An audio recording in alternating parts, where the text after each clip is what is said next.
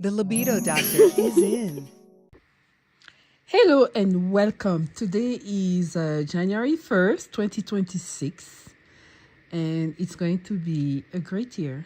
I hope for all of us, all right? So, today is a great day to talk about assessing the costs. What does that mean? Everything you do or everything you get costs something. It may cost money as a currency.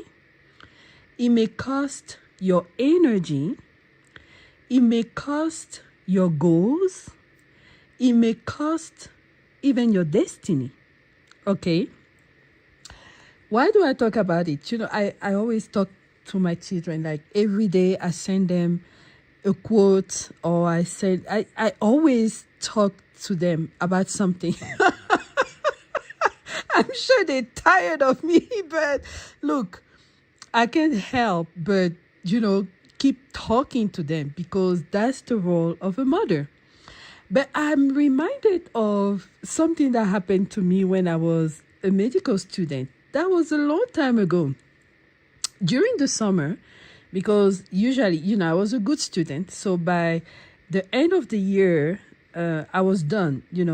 I would pass my class and have my summers free. I did used to work during the summer, I know. But I was going to, places, and one of my favorites was in Paris. And I had a friend there. I would just go stay with her for some time before going back to school. I was in Belgium.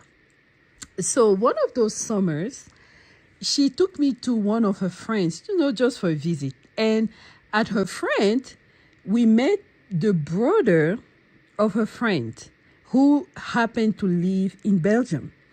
And as we were talking, he was like, oh, I'm leaving on this day. When are you leaving? I told him. And I was like, no worries. But he had a car, from France to Belgium. It's not too far. And he offered to take me. Me as a student, I was like, I'm calculating the cost of transport from Paris to Brussels and my tramway and all that to get to my apartment. And I'm like, I can save some money, and then with the money I save, I can use it for something else, I'm very money conscious. I like good things, but I'm not, I don't just waste. So I thought about it, and after a while, he called back and we talked again, and I was like, yeah, he seems nice. I can just ride with him. It's not going to cost me anything. It's not going to cost me anything. It's not going to cost me anything. Ha ha. Little did I know. So he dropped me off. First of all, that was his way to find out where I live. And when he drops me off, he makes me understand that he wants to come back. Okay, so now I feel like, okay, I owe him something. Maybe I should invite him for, maybe a snack. I told him, oh, maybe you can come when you have time. I can make some crepes and, just to say thank you because you took me back home. He agreed. So here I am. I took an afternoon to make the crepes, to be a good host, to talk with him and all that. And I thought it was going to end there, right? It didn't. So the guy kept coming. He would come. And I have to admit that when I was a med student, I wasn't very aggressive. I was very quiet. I was very passive. I wasn't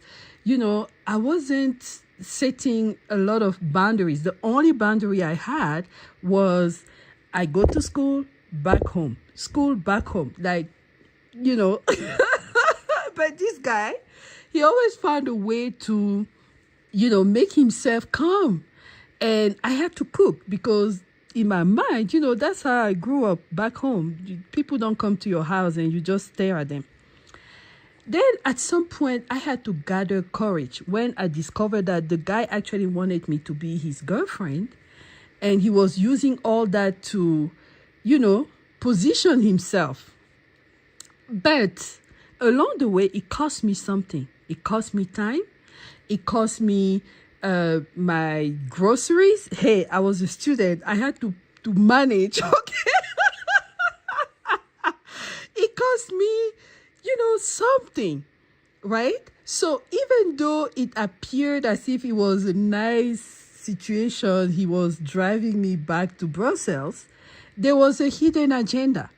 So in life, when you agree to something, always ask yourself, what is the cost? There is always a cost. Life is a marketplace. We are always we are in a trade. We are always trading something. When people come to you, they are looking for something they need. If you are too naive and you don't understand what's going on, you will lose every time. Because sometimes the trade is not fair. You don't get paid for what you're giving.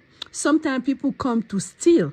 And that's why we say the enemy comes to steal, to kill, and to destroy. What is he stealing? He's stealing your time. He's stealing your light. He's stealing your destiny. He's causing you to make this relationship with people you're not supposed to even talk to. And those people enter in your life and they cause you to miss deadlines. They cause you to fail exams. They cause you to lose a business, miss an opportunity. So be careful. 2026 has to be your year of discernment.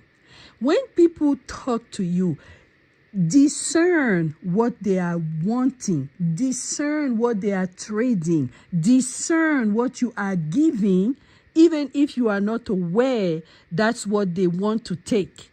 Okay? Count all the costs. All right?